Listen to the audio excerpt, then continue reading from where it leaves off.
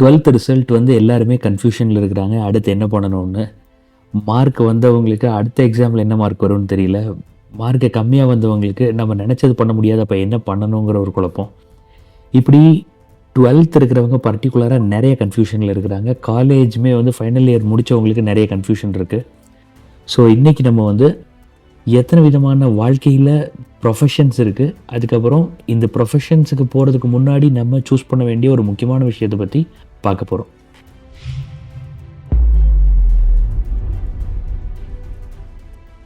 First ஒரு விஷயம் நான் உங்களுக்கு சொல்ல விரும்புகிறேன். நம்ம நினச்சிக்கிட்டு இருக்கிற மாதிரி நம்ம உலகம் அவ்வளோ சிம்பிளாக சாதாரணமாக நமக்கு தெரிஞ்ச மாதிரி இல்லை. இதுக்குள்ளே நிறைய விஷயங்கள் நடந்துக்கிட்டு இருக்குது, நமக்கு என்ன நடக்குன்னே தெரியாத அளவுக்கு. அதுக்கு ஒரு உதாரணம் உங்களுக்கு முன்னாடி இன்றைக்கி தெரிகிற படம். இந்த படம் 2018 ஆக்ஷனுக்கு வந்திருக்கு. இந்த படத்தோட யுனிக்னஸ் என்னென்னா, இந்த படத்தை வரைஞ்சது வந்து ஒரு மனுஷன் கிடையாது, ஒரு கம்ப்யூட்டர். உடனே நீங்கள் வந்து அப்போ கம்ப்யூட்டரே வந்து இந்த ஏஐயில் க்ரியேட் பண்ணதா அப்படின்னு கேட்டிங்கன்னா, கைண்ட் ஆஃப் ஏஐ, ஆனால் டிஜிட்டல் கிடையாது. இது வந்து ஃபிசிக்கல் பெயிண்டிங். ஸோ கம்ப்யூட்டர் வந்து நிஜமாகவே பெயிண்ட் எடுத்து ப்ரஷ் எடுத்து பெயிண்ட் பண்ண ஒரு பெயிண்டிங். இதை வந்து அந்த கம்ப்யூட்டருக்கு வந்து எல்லா ட்ராயிங்ஸ் பெயிண்டிங்ஸையும் ஃபீட் பண்ணுறாங்க. ஃபீட் பண்ணதுக்கப்புறம் இப்போ இந்த படத்தில் இருக்கிறத வந்து ஸ்டடி பண்ணி இதில் இல்லாத ஒரு பெயிண்டிங்கை பண்ணு அப்படின்னு சொல்கிறாங்க. அப்படி பண்ண ஒரு பெயிண்டிங் தான் இது. இது ஆக்ஷனுக்கு பண்ணும்போது எவ்வளோ ரூபாய்க்கு போயிருக்குன்னு நினைக்கிறீங்க? 50 லட்சம். 50 லட்சம்னா எவ்வளோ காஸ்ட்லின்னு பாருங்கள். 2018, ஐ மீன் ஒரு 8 வருஷத்துக்கு முன்னாடி. ஆனால் அந்த ஆக்ஷன் முடியும் போது அது எவ்வளோ ரூபாய்க்கு போச்சுன்னா 3.5 கோடிக்கும் மேலே போயிருக்குது. ஸோ இது வந்து உலகத்தையே வந்து பயப்பட வச்சிருச்சு. ஏன்னா 3.5 கோடி ரூபா வெறும் கம்ப்யூட்டருக்கு இருக்குன்னு ஒரு பெயிண்டிங்க்கா, அதுலேயும் மூக்கு இருக்கா இல்லையான்னு தெரில இந்த படத்தில் அப்படின்னு. ஆனால் நீங்கள் சொன்னால் நம்ப மாட்டீங்க, 2-3 வருஷத்துலேயே அந்த கம்ப்யூட்டர் பெயிண்டிங் வந்து ரொம்ப அட்வான்ஸ்ட் ஆயிடுச்சு. உலகத்திலேயே இல்லாத அளவுக்கு யூனிக்கான ஸ்ட்ரோக்ஸு, யூனிக்கான லைன்ஸை வச்சு இது எல்லாமே வந்து கம்ப்யூட்டர் க்ரியேட் பண்ணது, ஏஐ வரைஞ்சது, நிஜமாகவே ஃபிசிக்கலாக வரைஞ்சது. இதோட ஆக்ஷன் வந்து ஒரு 10 கோடிக்கு போயிரும் அப்படின்னு நினச்சிக்கிட்டு இருக்கும்போது கிட்டத்தட்ட 1.8 மில்லியன் அப்படின்னா கிட்டத்தட்ட 152 கோடி ரூபாய்க்கு ஒவ்வொரு பெயிண்டிங்கும் போயிருக்குது. ஸோ நம்ம பார்த்துக்கிட்டு இருக்கிற உலகம் ரொம்பவே மாறுது. நான் சொன்னால் நம்ப முடியாது உங்களால். விவசாயத்துக்கு இப்போ ஏஐ கொண்டு வந்துட்டாங்க, கம்பெனிஸ்குள்ளே ஏஐ கொண்டு வந்துட்டாங்க, இன்னும் சொல்லப்போனால் வீடியோ கேம்ஸ்குள்ளே ஏஐ கொண்டு வந்துட்டாங்க. நம்ம பார்க்குற உலகத்தை நம்மளை விட நல்லா ஏஐ பார்த்து அதுக்காக நம்மளை தயார் பண்ணுறதுக்கு நம்ம உருவாக்கின ஏஐ நம்மளை இப்போ தயார் பண்ணுற அளவுக்கு மாறிக்கிட்டு இருக்கு. ஸோ ஆப்வியஸாக நம்மளோட கெரியர், நம்மளுடைய ப்ரொஃபஷன் எல்லாமே வந்து மாறப்போகுது. ஒரு ரீசன்ட் ஸ்டடியில் என்ன சொல்கிறாங்கன்னா, 60%, 60% of the job in future is going to be new. அப்படின்னா இன்றைக்கி ஸ்கூல்லேருந்து வெளியே வர 12th ஸ்டாண்டர்ட் குழந்தைங்க இன்னும் 5 வருஷத்தில் 60% பேர், 100க்கு 60 பேர் இது வரைக்கும் இல்லாத ஒரு வேலையை பார்க்க போகிறாங்க. அப்போ நம்ம எதுக்காக அவங்கள தயார் பண்ணுறோன்னே தெரியாமல் அவங்கள நம்ம ஸ்கூலில் தயார் பண்ணிக்கிட்டு இருக்கிறோம். ஏன்னா உலகம் அவ்வளோ வேகமாக மாறுது. அப்போ நமக்கு வந்து நம்ம பார்க்குற வேலை, இந்த வேலை, இந்த படிப்பு, இப்படி படித்தா இந்த வேலைக்கு போய் இந்த வேலை பண்ணி இப்படி வாழலாம், இவ்வளோ சம்பாதிக்கலாம் அப்படிங்கிற பிக்சரே வந்து மாறுது உலகத்தில். ஏன்னா நம்ம வந்து உலகத்தை வந்து ரொம்ப வேகமாக மாற்றிக்கிட்டு இருக்கிறோம். அதனால் doctor, engineer, lawyer, chartered accountant,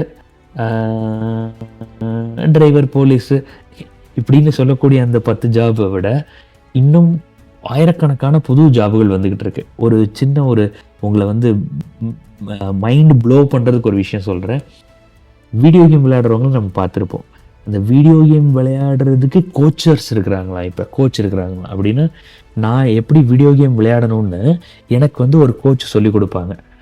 எந்த வீடியோ கேம்? கம்ப்யூட்டரில் விளையாடுற வீடியோ கேமுக்கு கம்ப்யூட்டரில் விளையாடுறதுக்கு ஒருத்தர் கோச் பண்ணுவார் எனக்கு. இதெல்லாம் வந்து ரொம்ப காமெடியாக இருக்கும் அவங்களுக்கு. ஏன்டா அதுவே வெட்டி வேலை, அந்த வெட்டி வேலைக்கு ஒரு கோச் வரையா அப்படின்னு. இல்லை, ஏன்னா இன்றைக்கி வந்து இந்தியாவில், அமெரிக்கா அளவுக்கு நம்ம வந்து யூரோப் அளவுக்குலாம் நம்ம வந்து ரொம்ப அட்வான்ஸ்ட் ஆகலை வீடியோ கேமில். ஆனால் இந்தியாவில் ஒரு வீடியோ கேம் காம்படிஷனில் ஜெயித்தவனுக்கு 9.5 கோடி கொடுத்துருக்குறாங்க. இது கொடுத்தே 2 வருஷம் ஆச்சு. இப்போ வந்து அது 15 கோடியோ 50 கோடியோ யாருக்கு தெரியும்? அப்போ ஒரு வீடியோ கேம் விளையாண்டு ஜெயிக்கிறவனுக்கு 9.5 கோடிங்கிறது வந்து அன்பிலீவபிள். அப்போ நம்ம உலகம் வந்து நம்ம கண்ணு முன்னாடி ரொம்ப அட்வான்ஸ்டாக மாறிக்கிட்டு இருக்கு. எந்த மாதிரி துறைகள், எந்த மாதிரி வேலை இருக்குங்கிறதே நமக்கு தெரியலை. இப்போ யாராவது வந்து ரொம்ப நல்லா வாயை வச்சு பேசுகிற திறமை இருந்தால் வாயிலேயே நல்லா வடை சுடு, உன்னை எல்லாம் வந்து உனக்கு நாக்கு மட்டும் இல்லைன்னா நாய் கூட சீண்டாது, இப்படிலாம் நம்ம சில பேர் பார்த்துருப்போம் ஊரில். அந்த மாதிரி தமிழ் பேசுகிறவங்க, நான் வந்து இங்கிலீஷ் பேசுகிறவனே இல்லை, தமிழ் பேசுகிறவங்களுக்கு டிமாண்டு கூடிக்கிட்டு இருக்கு. ஏன்னா ஏஐக்கு வந்து ஆடியோ இன்புட் கொடுக்க வேண்டியிருக்குது. இப்போ நம்ம பேசுகிற தமிழை வந்து ஏஐ புரிஞ்சுக்கணும். செந்தமிழில் கம்ப்யூட்டரில் பேசுகிற மாதிரி பேசாமல் திருநெல்வேலி ஸ்லாங்கில் சமட்டாதலை அப்படின்னா சைக்கிளில் சமட்டாதலை அப்படின்னா சைக்கிளை அழுத்தாதேன்னு அர்த்தம் தெரியாதவங்களுக்கு. அப்போ சமட்டாதலைங்கிற அந்த வார்த்தையை வந்து அண்டர்ஸ்டாண்ட் பண்ணிக்கிறதுக்கு ஏஐக்கு திருநெல்வேலி ஸ்லாங்கில் கிராமத்தில் பேசுகிறவங்களோட டேட்டா தேவை. அப்போ திருநெல்வேலி ஸ்லாங்கை வந்து ஒரு 50 மணி நேரம் பேசி கொடுக்குறவங்களுக்கு இவ்வளோ ரூபா கொடுக்குறதுக்கும் ரெடியாக இருக்கிறாங்க. அப்போ இதுக்கு வந்து படித்தவன் வேண்டாம், தமிழ் பேச தெரிஞ்சவன், கிராமத்து ஸ்லாங் பேச தெரிஞ்சவன் தான் வேணும். அப்போ இந்த மாதிரி புதுசாக ப்ரொஃபஷன், புதுசாக டொமைன் வந்துக்கிட்டு இருக்குது. கோவப்படுறது, எமோஷன், இந்த எமோஷனை வந்து கம்ப்யூட்டருக்கு சொல்லிக் கொடுக்குறது, கம்ப்யூட்டர் பண்ணுற எமோஷன் கரெக்டான எமோஷனா, இதெல்லாம் பார்க்குறது வந்து ஒரு துறை. இப்படி இந்த மொத்த உலகத்தோட ஜர்னியே மாறிக்கிட்டு இருக்குது. அப்போ டாக்டர் இன்ஜினியர்லாம் அழிஞ்சிருமானா கண்டிப்பாக அழியாது, ஆனால் அதெல்லாம் மாறும். இன்றைக்கி வந்து ஃபிசிக்கலாக டாக்டர்கிட்ட போகாமல் டாக்டரே வந்து கம்ப்யூட்டர் யூஸ் பண்ணி நான் இவனுக்கு என்ன மருந்து கொடுக்கணும்னு சர்ச் பண்ணுறது வந்து இப்போ ரீசெண்டாக ஒரு பேஷண்ட் வந்து வீடியோ போட்டு காமிச்சாங்க. ஒரு அம்மா வந்து டாக்டர்கிட்ட போயிருக்கிறாங்க, அவங்க பிரச்சனைகள்லாம் சொல்லியிருக்கிறாங்க. டாக்டர் உடனே கம்ப்யூட்டரை பார்த்து, கம்ப்யூட்டர் வந்து செவத்து பக்கத்தில் இருந்திருக்கு, டாக்டர் கம்ப்யூட்டரில் திரும்பி ChatGPTயில் கேட்குறாரு இந்த பிரச்சனைக்குன்னு.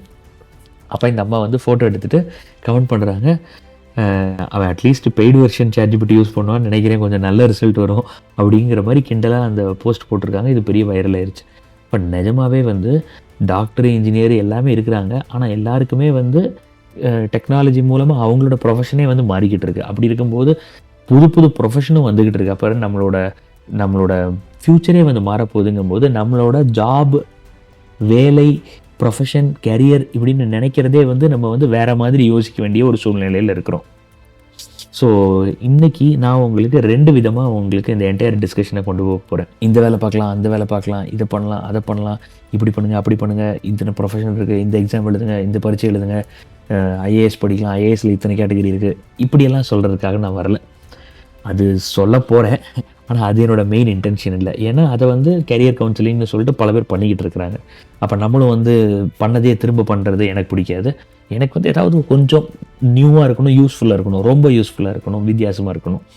ஸோ அந்த கண்ணோட்டத்தில் நான் உங்களுக்கு கேரியரை சூஸ் பண்ணக்கூடிய 12th ஸ்டூடெண்ட்டாக இருக்கட்டும், காலேஜ் ஃபஸ்ட் இயர், செகண்ட் இயர்ஸாக இருக்கட்டும், இல்லை ஃபைனல் இயர்ஸாக இருக்கட்டும், இல்லை ஜாப் வச்சுட்டு அடுத்து என்ன பண்ணுறதுன்னு குழம்புறவங்களாக இருக்கட்டும், இவங்க எல்லாத்துக்குமே நான் சொல்லக்கூடிய ஒரு விஷயம் என்னென்னா, career is not your life. So I am going to give you the big picture of your career. உங்களோட ப்ரொஃபஷனுக்கும் உங்களோட பர்சனல் லைஃபுக்கும் இருக்கக்கூடிய சம்பந்தத்தை, உங்களோட லைஃப் எவ்வளோ பெருசுங்கிறத ரொம்ப டீட்டெயில்டாக ஒரு பிக் பிக்சரில் உங்களுக்கு நான் உங்கள் லைஃப்பை காட்ட போகிறேன். So it is not career counseling, but it is your life counseling. So let us go.